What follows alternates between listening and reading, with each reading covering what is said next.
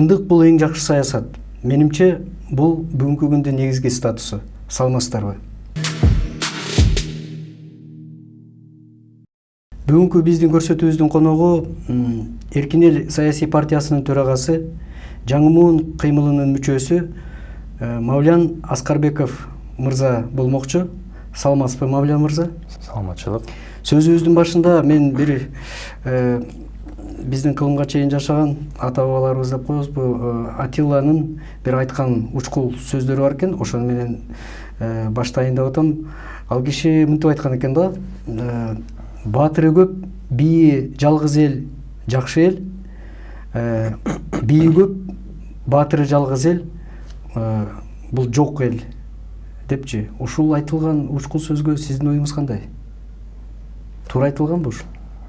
Менин оюмча бул эң курч жана азыркы күндө дагы актуалдуу сөз деп айтсак болот. Эми бүгүнкү күндүн баатырлары бул бүгүнкү акыйкатсыздыкка, бүгүнкү жалганга, бүгүнкү коррупцияга каршы турган адамдарды, эл үчүн кам көргөн адамдарды баатыр деп айтсак, образдуу түрдө мына ошол Атилланын айткан сөзүн бүгүн да актуалдуу деп эсептесек болот. Болот, Анда мындай жыйынтык чыгарсак болот экен да. Кылым өзгөрүп, убакыт өткөн менен адам биз өзгөрбөп турбуз анда. Ой жүгүртөбүз, жашоо ыкмабыз дегендей. Эми бир нече теориялар бар. Теория спирали деген бар. Мына ошол жерде айтат, тарых кайталанат деген теория бар. Мына ошол боюнча адам өзү өзгөрбөйт. Мүмкүн мүнөзү, жүрүм туруму, айлана чөйрөсү адамдын таасири менен өзгөрүшү мүмкүн, бирок негизги адамдын түп нускасы, адамдын нукура өзөгү ошол эле бойдон калган. Пирамида Маслоудо деле илгери айтылган, мына азыр деле ошол актуалдуу. Адамга биринчи эмне керек? Биринчи ошол тамак аш керек, коопсуздук керек. Жана адам көбөйүү аракетин көрөт. Тукумулоо. Мына ошол негизги көрсөткүчтөр. Кылым канча бир кылым башта актуалдуу болсо, бүгүн деле ошол эле. Мүмкүн бир форматтар өзгөрүшү мүмкүн. Көбүрөөк комфорт, көбүрөөк мүмкүнчүлүк же көбүрөөк ылайыкташуу, бирок негизи өзөгү ошол эле кала берет да. Ошол эле кала берет. Буга чейин улуттар, элдер күрөшүп, ачык талаада чыгып, бири-бири менен кылыч болобу, найза болобу, чабышып, согушуп келсе, азыр эле ошол эле согуш, бирок башкача формат. Башкача өңүттө. Башкача форматтагы маалыматтык согуш бар, экспансиялык согуш бар, экономикалык согуш бар. Ошол эле формат эле башка. Мавлян мырза, менин билишимче, сиз Эркин эл саясий партиясынын түптөп анан шайлоого да катышып көрдүңүздөр окшойт да. Андан башка мындай тилектеш, ойлору бир өзүңүзгө окшогон жаш мындай жигиттер менен бир Жаңымуун деп кыймыл түзүп, азыркы бүгүнкү күндөгү бийликтин саясаттын жүргүзүп аткан туура эмес жумуштарын, каталарын бетине айтып, бир ар кандай акцияларды өткөзүп келесиңер да. Ошонун бир мындай жыйынтык чыгарып, мен өзүмчү мынтип ойлоп атам да, сиз кандай дейсиз, кандай көрөсүз? Биз мынау 92-жылы көз карандысыз мамлекет болуп өзүбүздү өзүбүз жарыялагандан бери дүйнөгө биз кандай саясат куралдык, кандай мамлекет куралдык, кандай саясаттын конструкциясын ойлоп таба алдык? Биз советтик жанагы социалисттик компартиянын жүргүзгөн саясынан бир алыстай алдыкпы, өзгөрө алдыкпы? Кандай дейсиз? Биз Эркин эл партиясын 2012-жылы түптөгөнбүз. 2010-жылкы төңкөрүштөн кийин бийлик өз позициясын күчтөө максатында жергиликтүү кеңештерге жалаң гана саясий партиялар катышат деген мыйзам чыгарган. Мына ошонун негизинде биз саясий партия түзүүгө аргасыз болуп, 2012-жылы саясий партия түзүп, Бишкек шаардык кеңешине катышып саясий тажрыйба топтодук. Шайлоо кандай өздөрүн көрдүк. Эмне үчүн сөзүңүзгө аралжы. Ал саясий партияны сиздер шайлоого катышыш максатында гана түздүңүздөр? Мен жана айтып өткөндөй, атайын мыйзам чыгарышкан. Жок, мен аны шайлоого катышуу максатында. Мен аны түшүндүм. Мен өзүм үчүн тактоо иретинде гана сурагым келип атат. Саясий партия кандай мезгилде түзүлөт? Бул жанагы тилектештердин көбөйгөнүндө, анан бир идеянын жалпы колдоочуларынын уюму да болчу. Анан ошол сиздер эгерде башында сиздердин түбүндө бир идея бар беле, ошонун тегерегине топтолдуңуздарбы, же болбосо жанагы сиз айткан закондун негизинде эле ошонун аттап өтүш үчүн катышуу, жана шаардык кеңешке катышуу аракетин кылып партия түздүңүздөр? Мен ошону билгем. Түшүнүктүү. Жок, биз Эркин эл саясий партиясын негиздөөгө чейин бир топ жыл коомдук саясий иштерге активдүү аралашып келгенбиз. Бунун башы 2005 жыл.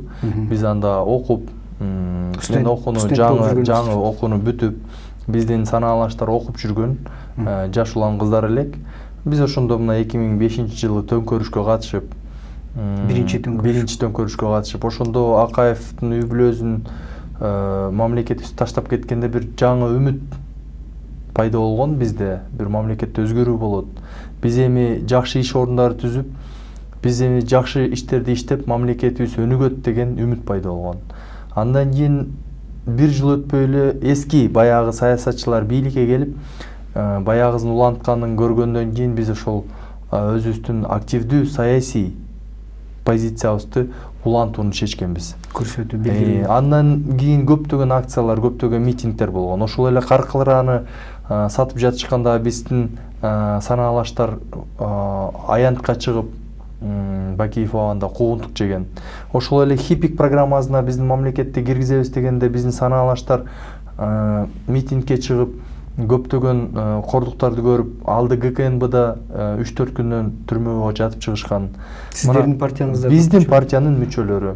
Андан кийин 2010 жыл апрель окуясы, Ош окуясы, андан кийинки көптөгөн акция, митингдерден биз катышып, жыйынтыгында 2012 жылы биз ошол жана мыйзам түрткү болуп, биздин аракетибиздин жыйынтыгы ошол партиялык формага келди да. Мына эми түшүнүктүү болду да. Партия биздин сурооңузга так жооп айтайын.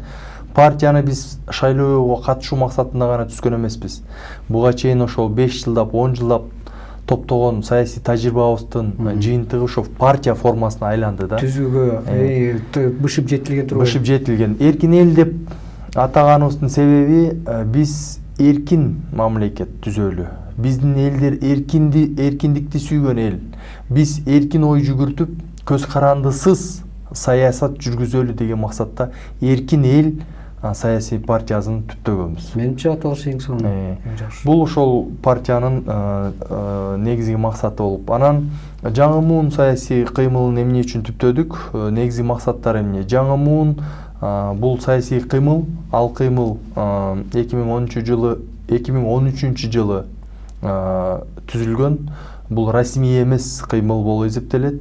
Бул кыймылга бүт Кыргызстан боюнча жаштар кыймылдары, саясий партиялар, активдүү адамдар жана башка коомчулуктун өкүлдөрү кирип, биз ошол жаңы муун саясий кыймылын түзгөнбүз. Жаңы муун саясий кыймылынын негизги максаты биздин саясий аренаны сапаттуу жаңылантуу.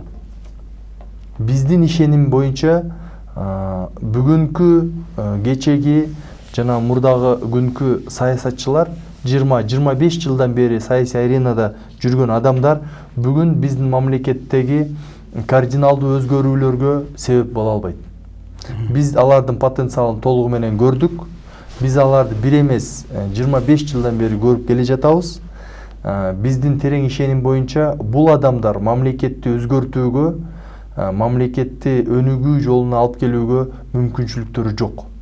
Булар деструктивдүү саясатчы катары биз буларды билебиз. Ошондуктан бирден бир жаңы муун саясий кыймылынын принциби жана идеясы саясий сапаттуу жаңылануу. мына ошол негизде биз Аны жалаң сиз кантип жаңылайбыз деп пландаштыңыз? эми ал методдору бар.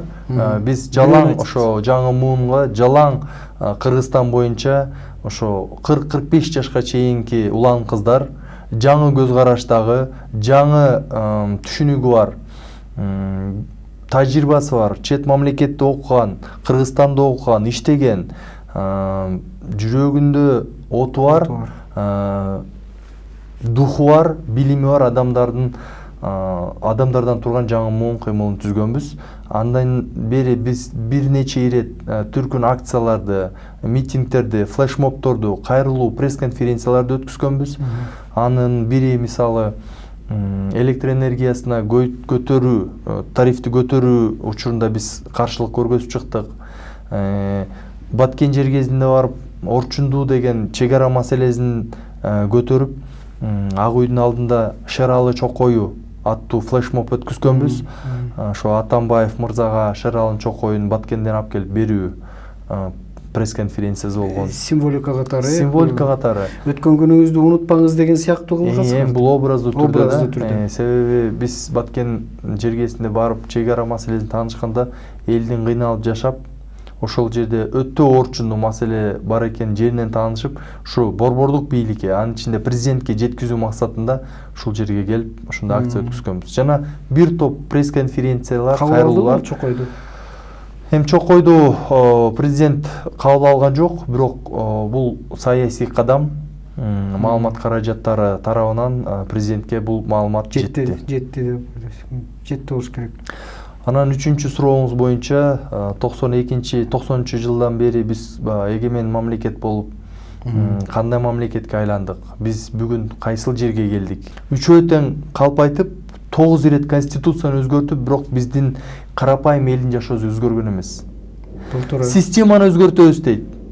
Кандай гана система болбосун, ал системаны ишке ашыра турган адамдар бүгүнкү саясатчылар болуп атпайбы? Механизмдер, жанагы мамлекеттик ошо учреждениялар деп коет, ошолордун иштөө бири-бирине алат. Ошондуктан биздин оюбузча, биздин түшүнүгүбүз боюнча күчтүү кадрлар, жаңы адамдар гана бүгүнкү абалды өзгөртө алат. Немис элинин мамлекетин түптөгөн адамдардын бири Отто фон Бисмарк убагында айткан: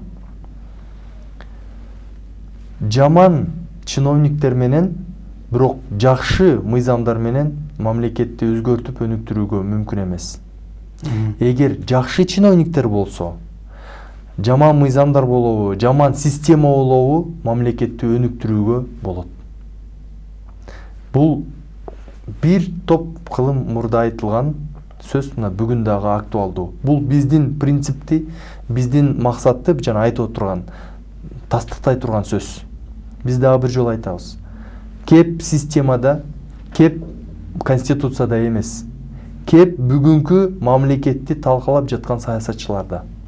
СССР убагынан бери бир да ирет ревизия болгон эмес.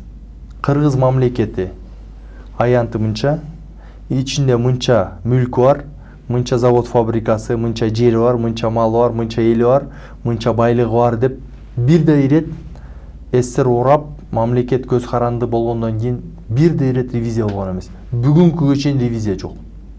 Бирок бир нерсени айта кетчү нерсе, 70 жыл сиздин атаңыз, чоң атаңыз, менин атам, чоң атам, карапайым элдин курган, чогулткан мал мүлкүн 25 жыл ичинде бир 100 үй бүлө талап, тоноп, жок кылып, бир 100 үй бүлө бүгүн миллиардер болушту. Мен алардын аттарын атабай эле коеюн, кыргыз эли алардын бардыгын жакшы билишет. Банк ачышты. Чет мамлекеттерден ишкана ачышты. Чет мамлекеттерден килейген үйлөрдү алышты. Бүгүн алардын балдары 50 000 долларлык сааттарды тагынып, дүйнө кыдырып тайраңдап жүрүшөт. Мына завод фабрикалардын бардыгын сатышты. Кен байлыктардын бардыгын сатышты. Эң ыйык деген биздин ата бабалар канын төккөн ыйык жерибизге чейин сатып, суубузга чейин сатып, мына өзүнүн бийлигин сактап калуу максатында арам акчага топтогон адамдар бүгүн мына мамлекетти уроо алдына алып келип кептеп коюшту. Дагы айта турган нерсе, эми мындай логикалык суроо болушу мүмкүн. Азыркы саясатчылар менен силердин айырмаңар эмне? Мен бир эле нерсени айтайын. Биз эгемен мамлекетте чоңойгон адамдарбыз. Мына мен СССР орап, ошол 90-жылы жокчулук көз каранды мамлекетте чоңойгон адамбыз. Биз бул адамдардан айырмабыз, өз аракетибиз менен окуп, чет мамлекеттерде иштеп, бирибиз гастарбайтер болуп, бирибиз башка болуп, ал жактан билим алып, тажрыйба алып, ал жактын жашоосун көрүп, салыштыруу мүмкүнчүлүгүнө ээ болгон адамдарбыз. А биздин улуу муун азыркы саясатчылар, булар абдан жакшы аткаруучулар. Булар СССР убагында төрөлүп, октябренок болушкан, пионерлер эмне десе ошону аткарган. Анан пионер болушкан, комсомолдор эмне десе ошону аткарган пионер болгон. Анан комсомолдор болгон, ЦК КПСС эмне десе ошону жакшы аткарган комсомолдор болгон. Анан эптеп партиянын мүчөсү болуп түркүн иштерге кирип, Москва эмне десе 5 жылдык план берет, 5 жылдык планда эмне деп жазып берсе ошону аткарган абдан жакшы аткаруучулар болгон. Булар эч качан өз алдынча ойлонуп, ушул мамлекет менин мамлекетим, мен керт баш менен жооп берем деген эч качан булардын алдында андай ой болгон эмес. Кандай гана маселе жаралбасын Москва чалат. Бизде план толбой калды, же план ашып кетти. Москва эмне десе ошону аткарган жакшы аткаруучулар болгон. Мына эң башкы маселе булардын түшүнүгү, булардын тарбиясы бүгүнкү эгемен мамлекеттин талаптарына жооп бербей жаткандыгында. Эң негизги маселе мына ушуда болуп атат да. Булар дагы деле ошол Москвадан, же Америкадан, же Европа, Кытай, Турциядан ошондой звонокторду, ошондой буйрутмаларды күтүп, өз алдынча эгемен көз карандысыз саясатты жүргүзө албай, мамлекетибизди талап тоноого жана толугу менен көз карандылыкка алып келгендигинин себеби ушуда болуп атат да. Алимбек мырза, мен азыр сиздин сөздөрүңүздү угуп, сөзүңүздүчү айтып аткан. Ичиңизде момундай абдан жанагы капкага жабылган казанда кайнаган суунун буусу чыга албай аткандай эле сезип атам да. Ушундай кайнап. Бирок бул абдан жаман көрүнүш, себеби бууну токтото албайсың да. Буу жарылганда, аба жарылганда катуу жарылат. Ал алдында тоо турабы, дубал турабы, таш турабы баарын талкалап кетчү күчкө ээ да бул жаратылыштын закону. Менде бир суроо болуп атат да. Сиз айтып атпайсызбы жана бир 100гө жакын эле үй бүлө байыды депчи. Мен өткөндө сизге чейинки келген конокторго да ушундай суроо бергем. Сизге деле ошону берейин, себеби мен билгим келип атат да, биз канчалык деңгээлде окшош ойлоно алабыз. Биздин проблемабыз, көйгөйүбүз бирби же бир эмеспи? Эгер бир болсо, биз 360 градуста көрүп атабызбы же бир эле тараптан көрүп атабызбы? Себеби чындык ар тараптан болуш керек да. Ошол сиз айткан байыган 150 адам кайдан пайда болду? Аларга ким укук берди, ким уруксат берип атат? Алар кантип бийликке келип атат? Алар асмандан түшкөн жок да. Алар бөтөн эл эмес. Алар жерден чыккан жок. Же болбосо бир Марстан келген жок. Алар, менимче, алар эл деп эки сөзүнүн бири эл. Анан алар мындай карасаң эл менен деп айтат, мындай карасаң бир өзүнчө эл сыяктуу көрүнөт да. Алар кайдан пайда болгон? Ким шайлап атат аларды? Бул эми бул риторикалык. Мен айтайын деген, биз өзүбүз күнөөлүү эмеспизби? Сөзсүз. Мен 2012 жылы шаардык кеңеш шайлоого чыкканда, теледебатка чыккам. Ошондо мен оппонентим болуп Мадумаров Адахан Кимсанбаевич чыккан. Ошондо мен бири-бирибизге суроо бергиле дегенде мен суроо бердим эле Адахан мырзага. Адахан мырза, 25 жылдан бери саясатта жүрөсүз, түркүн бийик саясий кызматтарды ээледиңиз. Депутат болдуңуз, госсекретарь болдуңуз, жана башка спикер болдуңуз. Көптөгөн саясий кызматтарды ээледиңиз, чоң саясат. Ушу мамлекетибиздин бүгүнкү туңгуюкка келип кептелип калганына, 1,5 миллион кыргыз жаштары чет мамлекетте тентип жүргөнүнө, мамлекетибиз ушунча бардык кошуналардан көз каранды болуп калганына, чек ара маселеси чечилбей жатканына, улам тополоң болуп, көтөрүлүш болуп, улам эле көңтөрүш болуп атканына, элдин ушунча кыйналганына кепиндей да болсо күнөөм бар деп эсептейсизби деп суроо бергенде, Мадумаров мырза менин көзүмдү карап туруп, жок деди. Элдин алдында туруп түз эфирде айтат. 5 миллион кыргыз болсо, 5 миллион кыргыз күнөөлүү деп айтты да. Бул туура сөз. Анан мына сиз азыр ошо туура сөз деп айтып атасыз. Анан мен ошодон бери ойлоп жүрөм да. Менимче да. Тоодо малын багып, үй бүлөсүн багып, мамлекетке ол чойгон салыкты төлөп жашап аткан карапайым эмне күнөө? Эрте жастан кеч күзгө чейин белин көтөрбөй багбанчылык кылып, күзүндө алган мөмө жемишинен мамлекетке ол чоюп төлөп аткан багбанда эмне күнөө?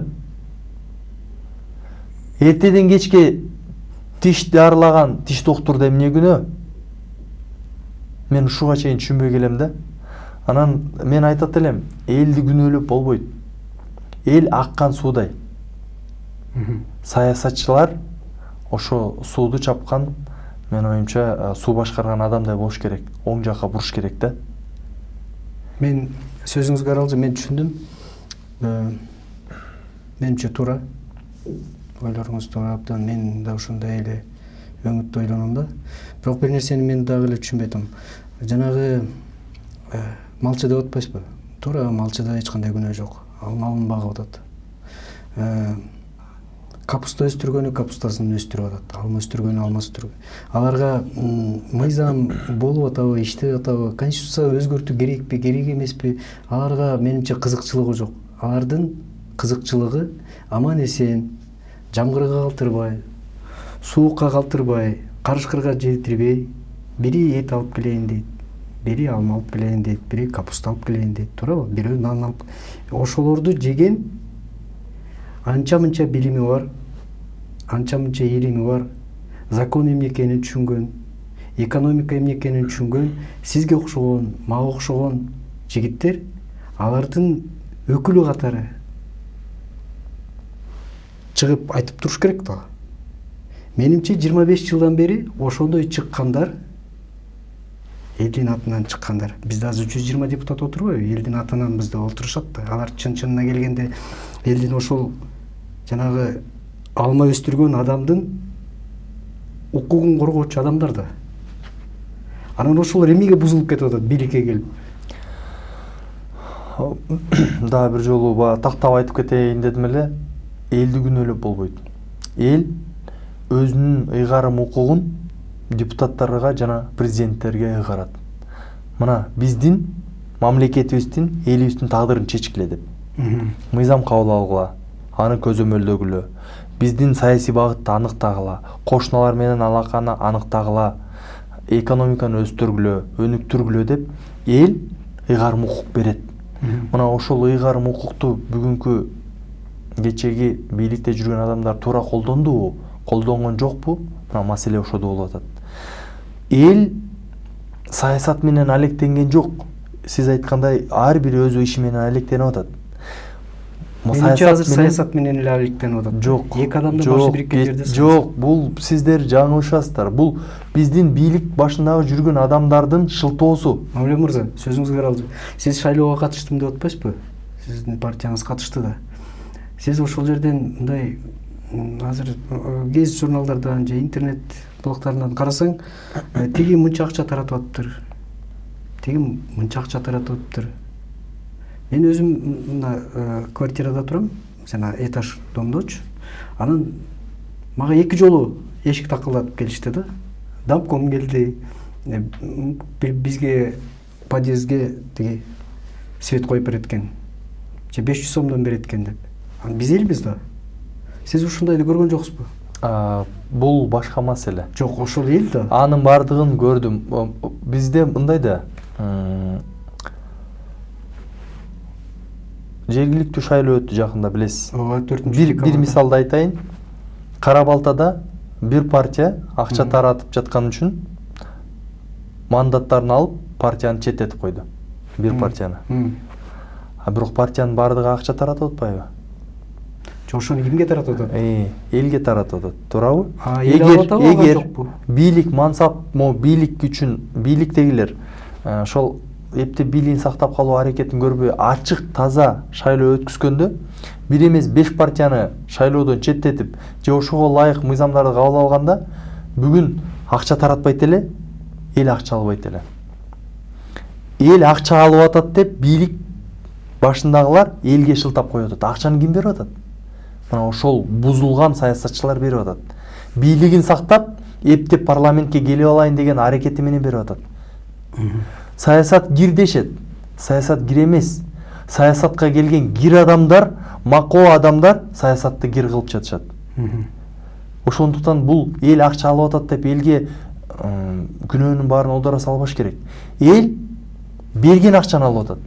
Эгер акчаны бербесе, мына 2012 жыл биз акча берген жокпуз. Эгер биз бербесек, башка саясатчылар бербесе, эл албайт акчаны. Туурабы? Бирок булар атайын ушундай олигархиялык системаны түзүп коюшту азыр. Кимдин акчасы көп? Аргасыз кылып коюшту. Кимдин акчасы көп? Ошолор акча берет да, ошолор бийликке келет деп. Ошондуктан бунун баардыгын бөлүп караш керек. Туура. Бул эң туура. Мен ушул жоопту уккум келип аткан. Элди күнөөлөгөн туура эмес. Себеби эл мындай орусча айтканда вынужден болуп атат да. Айлык акысы 5000 сом болгон мугалимге 1 саатка 1000 сом берсе эмнеге албайт? Туурабы? Анан ошону сиз айткандай, жанагындай ою арам бийликтегилер элди сознаниясын, аң сезимин, жашоо шартын ошого түртүп койгон үчүн эми биз элди туура айтабыз, күнөөлөгөнгө болбойт. Бирок мына сиз айтып атпайсызбы, биз 2 жолу төңкөрүш кылдык деп. Бул өзүнчө суроо, менимче буну өзүнчө суроо кылып да бериштин кереги жок. Төңкөрүш болду же болбосо переворот болду, революция болду, муну эми такташтын деле кереги жок. Саясий төңкөрүш жасадык. Саясий төңкөрүш дегенибиз бийликти алмаштырдык, бийлик башындагыларды алмаштырдык. Бирок жыйынтык жок. Экономикалык революция жасаган жокпуз. Мен ушул жерден сөзүңүзгө аралжы 2005 жылы дагы, 2013 жылы дагы, 2015 жылы дагы эч кандай революция болгон жок. Болгон эмес, Болгон эмес. Бул кадимкидей эле саясий төңкөрүш. Биринчиден. Экинчиден. Бир бийлик экинчи бийликке алмашкан жок. Эмнеге? Бийликте жүргөн адамдар эле орун алмашты. Акаевдин премьер-министри ким болчу билесизби? Бакиев болгон. Ооба. Бакиевдин премьер-министри ким болгон билесизби? Атамбаев болгон. Мына ошондуктан элибизге так айтышыбыз керек.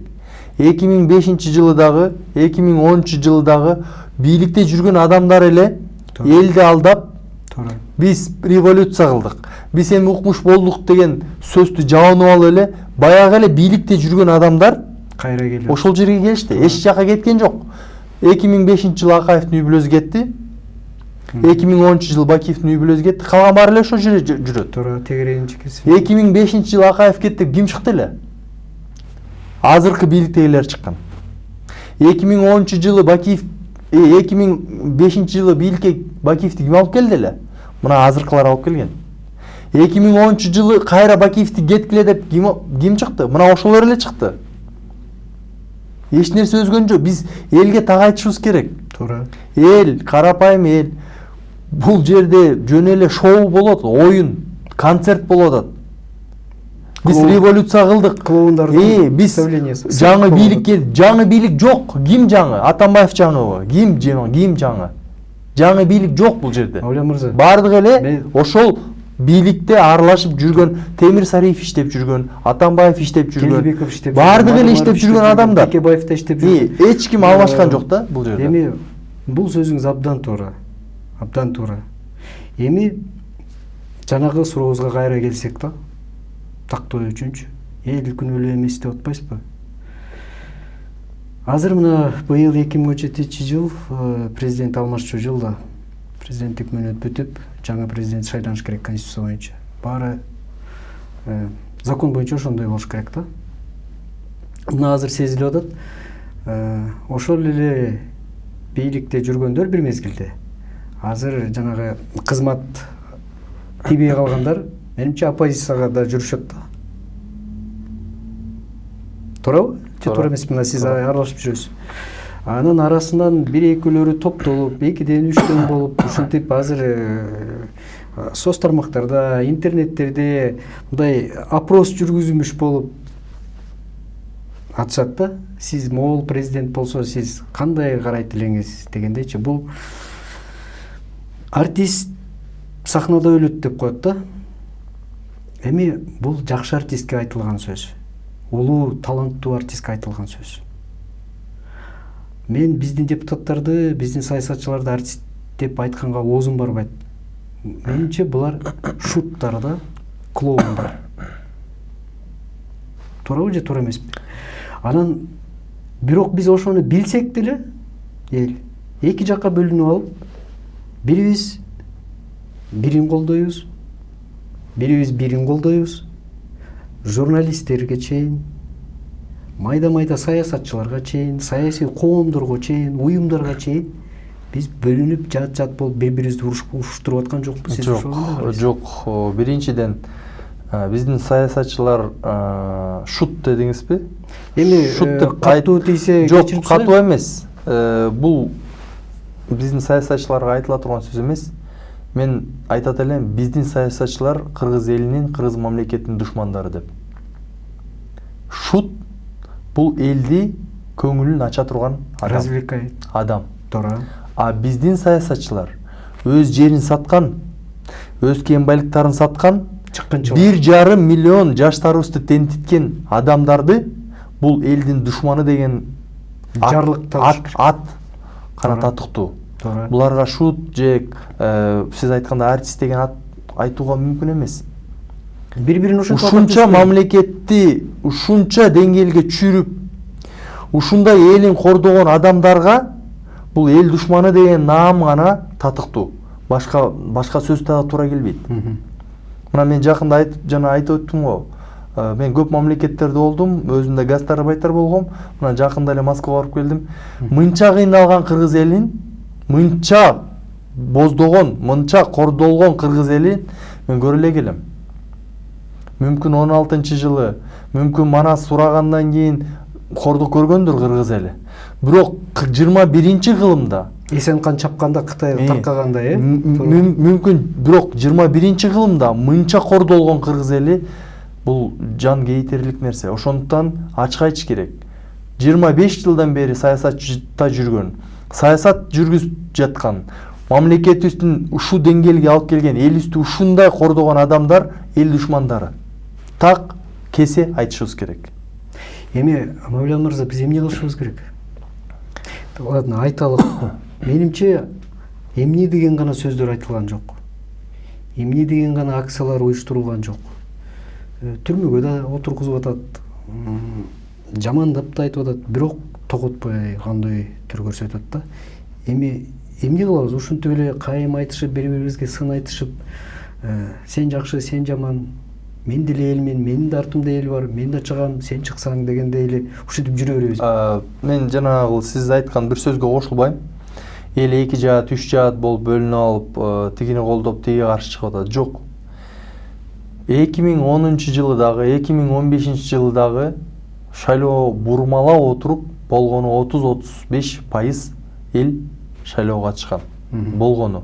Анын жартысынан көбү бурбаланган добуштар жана бийликтин административдеги ресурсу. Бул деген сөз кыргыз элинин 70-80-85% бүгүнкү саясатчыларга ишенбейт жана шайлоого катышкан эмес. Бул статистикалык конкреттүү түрдө маалыматтар. Ошондуктан ошо 100 саясатчынын ашып кетсе 100 000 адамы сатылып алган тууган туушкандары жана сатылган адамдары ошонун баарын чайкап атышат. Шайлоодон шайлоого чуркап, үйүңүзгө келип лампочка бурап бербей коюп, 100 грамм арак куя коюп, 500 сом арам акчасын кармата койгон бир 100 000 адам бар. Ошолорду шайлоодон шайлоого акча кылып жүргөн. Мына ошолордун эле кылыгы. Басымдуу бөлүгү, кыргыз элинин басымдуу бөлүгү баардыгын баамдап, баардыгын билип, четте жаңы күчтөрдү, жаңы адамдарды, жаңы үмүт менен күтүп турушат дейт. Четте баамдап турат. Эмне үчүн алар шайлоого катышпайт? Себеби алар ишене турган, үмүт арта турган бир дагы саясий партия бүгүнкү үчүн чыга элек.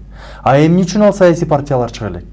Себеби бүгүнкү саясатчылар атайын олигархиялык шайлоо системасын киргизип койду. Мына, президент болгон келеби? 1 миллион сом күрөөгө кой, 10 миллион доллар болсо шайлоого катышасың, 10 миллион долларың болбосо сен шайлоого катыша албайсың. Парламентке катышасыңбы? Мына, күрөөгө акча кой, 20 миллион, 50 миллион долларың болсо шайлоого катыш. Шайлоо акчаң болбосо шайлоого катыша албайсың. Эфир жок, рекламаң жок, жол кирең жок. Атайын ушундай системаны киргизип койгон. Мына бул туңгуюк болуп калды да, бир туңгуюк болуп калды. Ошондуктан бизде азыр абал ошондой. Анан сиз жана суроо бердиңиз, эмне кылыш керек деген. Бул суроону убагында Ленин да берген. Лениндин агасы саясий күрөштө жүрүп курман болгон убагында.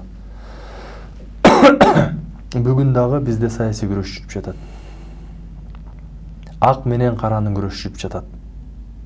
Элин тоногон акмактар менен эл үчүн, мамлекет үчүн кызмат кылабыз деген жаңы муундун күрөшү жүрүп жатат.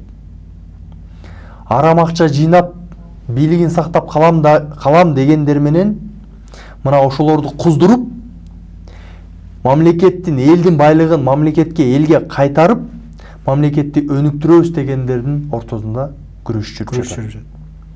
Бул ак менен каранын түгөнгүс бүтпөс күрөшү.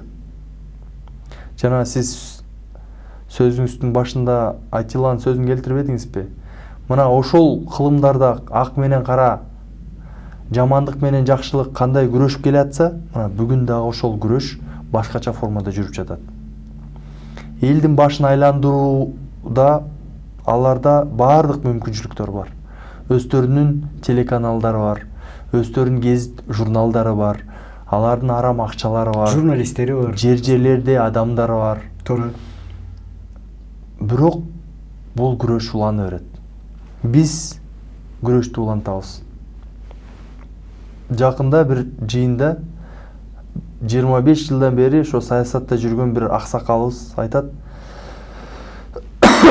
Биз мамлекетти өзгөртө турган планыбыз бар деп. 25 жылдан бери премьер-министр болгон убагында бир эмес бир нече ирет депутат болгон, фракция лидери болгон адамдар. Булардын планы эптеп бийликте калуу, булардын планы эптеп же бийликке келүү, майнап ошо мансап чогултуу. Туура. Биз ушулардын баардыгын көрүп, карапайым үй-бүлөдөн ошо кыйынчылыкты көрүп чоңойгон адамдарбыз. Биз керт башыбыз менен түшүнүп отурабыз. Бул биздин жалгыз гана мамлекетибиз. Ушул жерде биздин мекенибиз. Башка жерге биз эч качан барып кыргыз боло албайбыз. Башка жерде биз такай конок гана боло алабыз. Туура. Мына ошол үчүн, өз үйүбүз үчүн, өзүбүздүн мекени үчүн, өзүбүздүн балдарыбыздын келечеги үчүн биз ушул опурталдуу саясий күрөшкө чыгып жатабыз. Мавля мырза, азыркы айтып аткан сөздөрүңүз менимче абдан туура. Бул ойлор көпчүлүк сиздей эле, сизге окшогон жүрөгүндө жалыны оту бар адамдар үчүн, анан жанагы чыныгы өзүмдүн өлкөмүн, жаранымын, же болбосо өзүмдүн балдарымын келечеги үчүн деген адамдардын жүрөгүндө жүргөн ой болуш керек деп мен үмүт кылам. Болгону бир сөз, жанагы сөзүбүздүн башында айткан жана Атилла атабыздын сөзү: баатыры көп эл жакшы эл, бийүү көп, баатыры жалгыз эл жаман эл деп айтпадыкпы? Бизде ошол баатырлар көп болсун, бирок мен бир нерсени сиз оюңузду билгим келип атат да. Биздин менин оюмча да, жеке оюм, биз жанагы ар бир өзүн баатыр сезип, анан ошол баатырлардын башында өзүн генерал сезген амбициябызды биз кайда алып барып катабыз дагы, кантип башыбызды бириктиребиз? Муну кандай жол бар деп ойлойсуз? Бул чында оор суроо. Себеби биз мына акыркы 10 жылда ошо коомдук саясий аренада жүрүп, ушул суроонун үстүндө жооп издеп көп аракеттерди кылдык. Жаңы муундун өкүлдөрүнүн форматын ошо жаңы муун алкагында бириктирели. Бир жакшы жаңы улан кыздар биригип, жоопкерчиликти колго алып, мамлекеттин жоопкерчилигин колго алып, ошо саясатка аттаналы деген аракетти абдан көрдүк.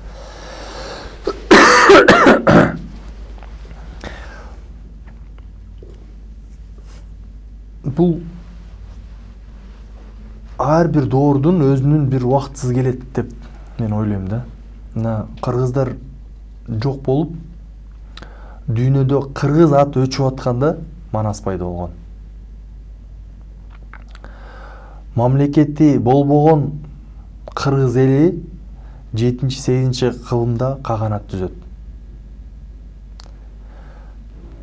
Мамлекети жок учурда 25, 26, 30, 35 жаштагы биздин кыргыздар Жусуп Абдрахман, Арабаев же башкалар, Тыныстановдор мамлекетти түптөп кетишти. Бул ушу менин оюмча бул ушу ар бир доордун өзүнүн бир эл аразынан чыккан ошо энергияга толгон бир адамдардын тобу чыгат деп, же бир адам чыгат деп, же бир адамдардын тобу чыгат деген ойдомун да. Ишенесиз? Ошого ишенем. Себеби мына ошол эле Касым Тыныстанов болобу, Абдрахманов болобу, жана башкалар чыкпаганда убагында бүгүн кыргыз эли эл катары жок болмок. Казактардын автоном округу болмокпуз, же өзбектердин дагы бир округу болмокпуз. Ушундай эле да биз терең ишенимдебиз, буйруза ниети түз, ою түз адамдар биригип бир чоң саясий күчкө айланабыз. Бүгүнкү оор кырдаалдан чыга турган данколор сөзсүз чыгат. Мына белгисиз маршрутту биз да талкуулады элек, эсиңиздеби? Ушу белгисиз маршруттагы абал бүгүнкү биздин мамлекеттеги абал. Мына так эле ошо биздин мамлекет. Мына ошол жерде бир жаш бала чырак көргөзүп, көтөрүп жол көргөзгөн. Мына ушундай эле образдуу, бул утопия эмес. Бул кандайдыр бир ой эмес да, бул тарыхта болгон нерсе. Мына ошол эле орустардын тарыхын карап көрөлү. Мына Петр биринчи чыкканга чейин алар кандай гана азап тозокторду көргөн эл эле. Европага терезе деген бир неме менен туура. Мына ошол эле Герман эли болобу, Европа башка мамлекеттерди карап көрөлү. Доорунда бир адам чыккан. Же бир топ адам чыгып, мамлекетти туңгуктан алып чыккан да. Мен оюмча мына 25 жылдан бери тарта турган тозокту, көрө турган кордукту көрдүк. Көрүп да атабыз. Көрүп да жатабыз. Эми өнүгө турган, өзө турган убакытка жакындап келдик деген ойдомун. Мен Мавлия мырза, сизди чакыраарда мен бир аз мындай ойлонгом да өзүмчө отуруп, Мавлия мырза менен кандай сүйлөшсөм болот, эмне жөнүндө сүйлөшсөм экен деп. Анан мен билем, сизде экономика жаатында билимиңиз бар, юридика жаатында билимиңиз бар. Анан ушул жагынан сүйлөшсөм дейин деп ойлонгом. Бирок азыркы биздин ситуацияда экономика жөнүндө дагы, укук жөнүндө дагы, конституциянын ичиндеги жанагы закондор жөнүндө да сүйлөшкөнүбүз менимче эч кандай жыйынтык бербейт деп ойлойм да. Себеби бул жөнүндө эмне деген гана сөздөр айтылган жок, айтылып да атат. Экономика боюнча, например, жакында эле мына парламентте вице-премьер-министр Панкратов айтпадыбы? Биз 92-жылдан бери 9,2 миллиард доллар акча алып турабыз сырттан. Анын 74% тиги немеге кетиптир. Так билбей айтам, жанагы билим берүүгө, медициналык камсыздоого, тигиндей мындай деп. Бирок мен ошо таң калганым Советская көчөсү. Азыр неме Байтик Батыр. Мен мындай метафорно айтайын, Советский көчөсүндөгү троллейбус токтогон бир аялдама өзгөргөн жок. Мен айтайын дегеним, Советтер Союзунан калган ошондоку курулган нерсени биз даже өзгөртө алган жокпуз. Башканы айтпай эле коюп. Билим берүү системасы дейбиз. Билим берүү системасын биз эмне, сиздин оюңузча билим берүү системасын биз өзгөртө алдыкпы? Мына биз азыр айталык, Советтер Союзу жаман система. Биз баарыбызды жанагы серость, один жанагындай окшоштукка көндүрүп койгон, квадраттын ичине киргизип койгон дейлик. Бирок биз жаңы эмне сунуштай алдык, сиздин оюңуз? Эң туура айтасыз. Саясат бул экономиканын, концентрированный экономика деген сөз бар да, мен ошого кошулбайм. Ар бир мамлекетте биринчи саясат жана саясий багыт аныкталыш керек. Ошого жараша экономика аныкталат жана өнүгөт. Южная Корея, Северная Корея. Американын саясаты, Американын экономикасы, орустардын саясаты, орустардын экономикасы. Ошондуктан жана сөзгө кошулбайт элем. Бизде кандай саясат болсо, кандай саясий багыт аныкталса, ошондой экономика болмок. Бирок биз бүгүнкү күнгө чейин саясий багытыбыз да аныкталбай, идеологиябыз да аныкталбай, анан бизде экономика жок. Билим берүү системасы, ден соолук, медицина жок бизде. Социалдык багытта эч нерсе жок деп айтсак болот. Бул СССР убагында түзүлгөн бир система, инерция боюнча эле келе жатат. Келе жатат, сүйрөлүп эле келе жатат. Ал жакта эч нерсе жок. Экономика боюнча айтсак, бүгүн бизде, мына сиз жана айтып кеттиңиз, 9,5 миллиард акча кирген. 9,5 миллиард доллардын бир тыйыны дагы бүгүн эч кандай отчет жок. Мына жана байыган адамдар мына ошол эсептен байыган. Мына азыр жогорку кеңеште депутат болуп отурушат. Убагы келгенде алардын баардыгы жооп сактап калабыз деп, өстүрөбүз деп, жоопко тартылат. Туура. Мына олчогон насыяларды алып, карапайымдын мойнуна иле берген да. Мына азыр дагы илип жатышат. Толук иретинде сөзүңүзгө бул эң туура. Ошол жана 9,5 миллиард деп атпайбызбы? 9,2 миллиард. Мындай тагыраак айтканда ошол вице-премьер-министрдин оозунан чыккан цифра да, сумма. 74% кредит түрүндө келиптир да. Биздин жанакы сырткы карызыбыз деп атабыз, 4,5 миллиардка жакындап калдыбы? Ошол мындай эсептеп көргөндө биз өтө көп эл эмеспиз да, 6 миллион. Киши башына жада калса 4 элек балага чейин мойнуна иленген карыз экен. Анан сиз жана биз сөмкөгө даярданып атканда айттыңыз, мындай бир күйүп айттыңыз. Москвага учуп атканымда 2 сааттын ичинде 6 рейс учту деп. 6 рейсте 150ден адам болгондо деле бир 1000ден ашык адам 2 сааттын ичинде Кыргызстандан чыгып кетти деген сөз да бул. Ошолор менимче бул сиз деле кошулат болушуңуз керек. Ошол моюндагы карызын төлөйүн деп, бул жанагы кредит, потребительский кредитпи? Бирөө той кылган, бирөө машина алган, бирөө үй алган, туурабы же туура эмеспи? Негизи экономика боюнча сиз жана башында туура айттыңыз, биз канча деген сунуштарды айттык, алардын бири да угулбайт. Себеби экономикалык саясат жүргүзүш үчүн биринчи саясий багытты саясий аныкташ керек. багытты аныкташыбыз. Ошондуктан биз буга чейин айтылган конструктивдүү сунушубуздун бири да кабыл алган эмес, угулган да эмес. Ошол эле кыргыз газды сатып атканда, ошол эле кен байлыктарды сатып атканда, ошол эле завод фабрикаларды биздин мамлекетте ачыла турган инвесторлор келип аткан, биз берилген сунуштарды уккан да эмес, ишке ашкан да эмес. Бүгүн ден соолук боюнча, билим берүү боюнча, же социалдык жаап, же маданият боюнча сүйлөшүүнүн да кажети жок болуп калды. Ошондуктан бирден бир маселе бул биздин саясатты ишке ашыра турган адамдар кимдер? Мына маселе ошол болуп жатат.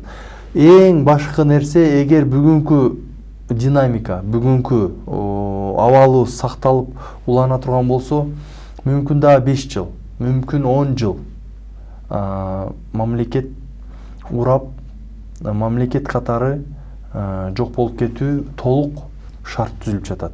Бул жерде жөнө экономикалык гана көрсөткүчтөр эмес, биздин тышкы карыздын кескин көбөйүшү эле эмес.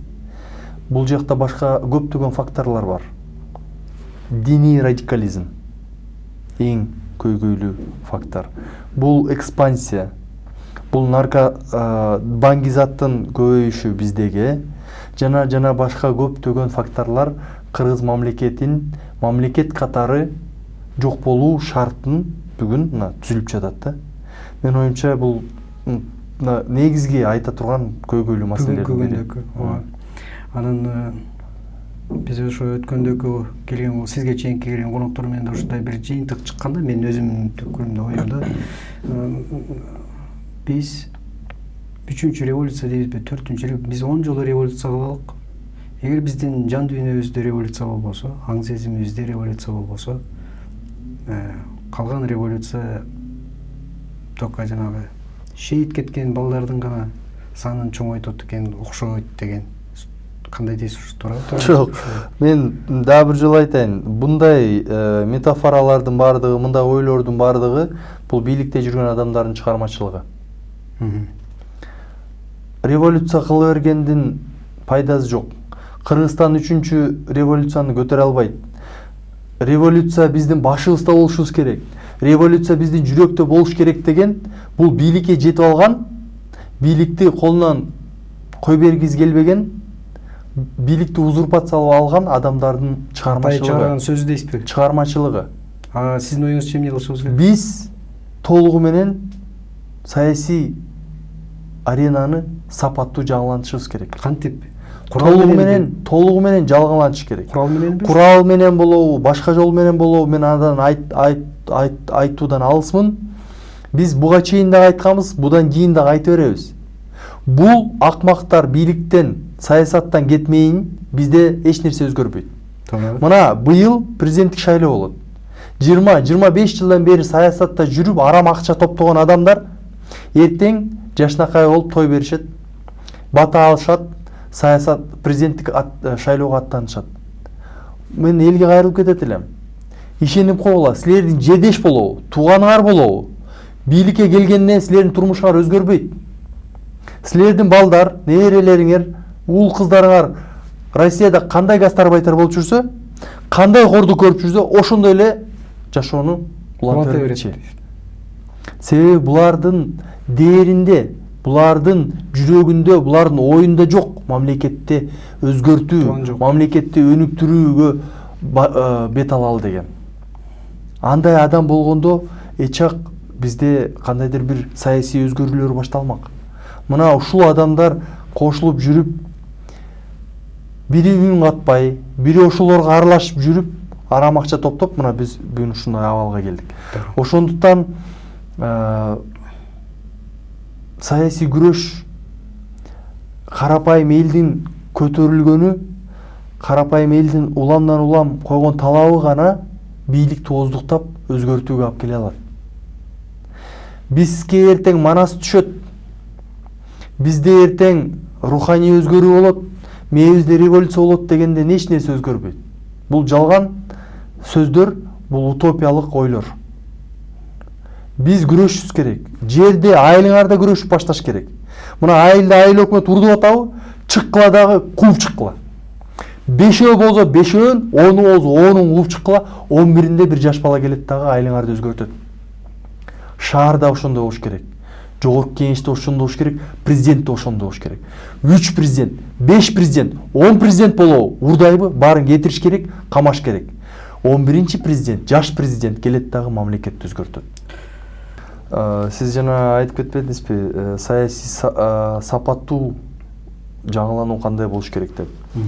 Биз 2010-жылы дагы, андан кийинки шайлоо алдында дагы Такаев президентке кайрылып айтып келгенбиз. Атамбаев мамлекетти өзгөртүп, өнүктүрүүгө алып келе албайт. Атамбаев эски саясатчылардын баардыгын талкалап жок кылып, жаңы саясатчыларга жол ачуу миссиясын гана аткара алат. Аткарып келатат. Аткарган жок. Аткара алмак. Миссия ошондой болуш. Деңгээлери ошол эле. Миссиясы ошондой болуш керек эле. Ар бир адам, менин оюмча, өзүнүн миссиясын так түшүнүш керек. Туура. Атамбаев мүмкүнчүлүгүн. Атамбаевдин убактысы, могу 6 жылдык убактысы мамлекетти өзгөртүп, өнүктүрүүгө салууга мүмкүн эмес эле. Себеби каршы күчтөр абдан көп эле. Атамбаевдин жалгыз гана миссиясы ошол 25 жылдан бери топтолгон арам саясатчылардын баардыгын тазалап, камай турганын камап, жоопко тарта турганын жоопко тартып, жаңы саясатчыларга мүмкүнчүлүк, жол ачып берип, саясий жаңы сапаттуу жаңылантуу миссиясын гана аткарыш керек эле. Анан жаңы барактан жаңы саясатчылар анан өнүгүү жолуна баштамакта. Мына биз буга чейин кайрылып келгенбиз. Мына 2012-жылы да кайрылганбыз. 2011-жылы, 2010-жылы жогорку кеңеш шайлоо алдында кайрылганбыз.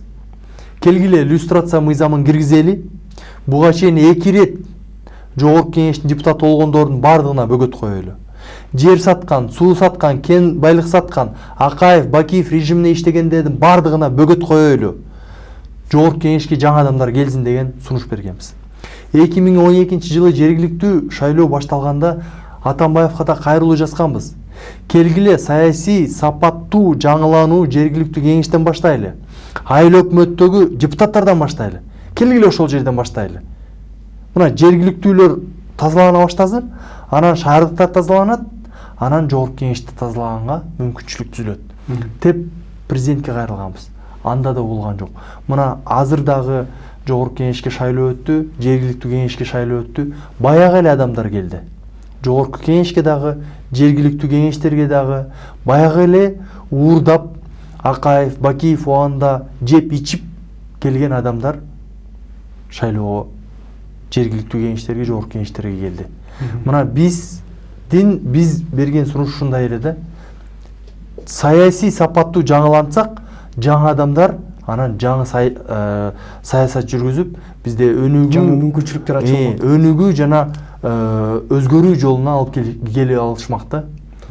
Бул биз мындай болуп атат да, кир сууга эле таза суу куйгандай эле аракетти көрүп атышат да. Бир чакадагы кир сууга канчалык таза суу куйба, ал тазарбайт. Кайым туура. Ал чаканы толугу менен төгүп салыш керек да, таза суу алыш керек. Мына ошондо гана таза суу болмок да. Туура. Ошого эркибиз жетпейт. Ошого эрк жетпей жатат да. Тилекке каршы мына эми жарым жыл убактыбыз калды. Эми менимче эч нерсе. Менин оюмча азыр дагы мүмкүнчүлүк бар. Президент эми ылдый жактан эмес, өйдө жактан тазалоо мүмкүнчүлүгү бар. Эсиңизде болсо 1999-жылы Борис Ельцин өз абалын түшүнүп, жаңы жылда өзүнүн кетүүсүн айтып, анан Путинди элге таштап кетти эле мураскор катары. Мына азыр Атамбаевдин акыркы шансы, акыркы мүмкүнчүлүгү ушуда турат. 2017-жылы Кыргыз элине татыктуу жаңы саясий адамды президенттикке келүүгө шарт жана мүмкүнчүлүк түзүп берүү. Ал мураскер катары алып келүү эмес, ошого жана жалаң гана шарт жана мүмкүнчүлүк эле түзүп бериш керек. Таза шайлоого, акыкат шайлоого шарт жана мүмкүнчүлүк эле түзүп бериш керек. Мына болгон миссиясы ушул эле калды. Атамбаев кыргыз элинин тарыхында эч кандай чыгаан иши менен кала алган жок. Бирок мына ушул акыркы кадамы менен чыныгы мамлекеттик ишмер катары, чыныгы кыргыз атуулу катары тарыхка калып калуу мүмкүнчүлүгү бар. Эгер Атамбаев түзгөн шарт мүмкүнчүлүктөн 2017 жылы кыргыз элине жаңы адам президент болуп келип, өзгөрүү, өнүгүү жолуна түшсө, бул Атамбаевдин кыргыз элине кылган чоң салымы катары тарыхта калмакчы. Туура. Абдан жакшы сөз болду деп ойлойм азыр. Кээ бир адамдар айтышы мүмкүн, Мавлянбек мырза революцияга чакырды деши мүмкүн да.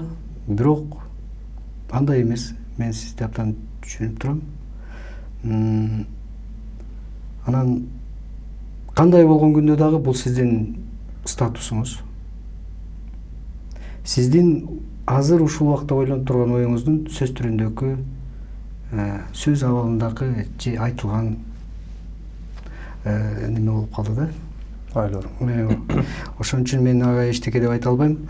Анан биз азыр жана айткандай биз жалпысынан эле сүйлөшкөндөй болдук. Бирок абдан ойлойм алдыда бул жолу ушул акыркы эмес. Ал эми бүгүн келип тартынбай, жашырбай, бурмалабай, краска кошуп сулуулабай өзүңүздүн жүрөгүңүздөгү, көкүрөгүңүздөгү оюңуз менен бөлүшкөнүңүзгө чоң рахмат. Рахмат сизге. Урматтуу көрөрмандар, саясат кайдан башталат дегенде, саясат менимче добуш бергенден башталат окшойт. Бирок добуш берүү бул саясат эмес. Жашап аткан жашоо бул саясат деген сөз менен бүгүнкү көрсөтүүбүздү аяктайбыз. Саламатта туруңуздар.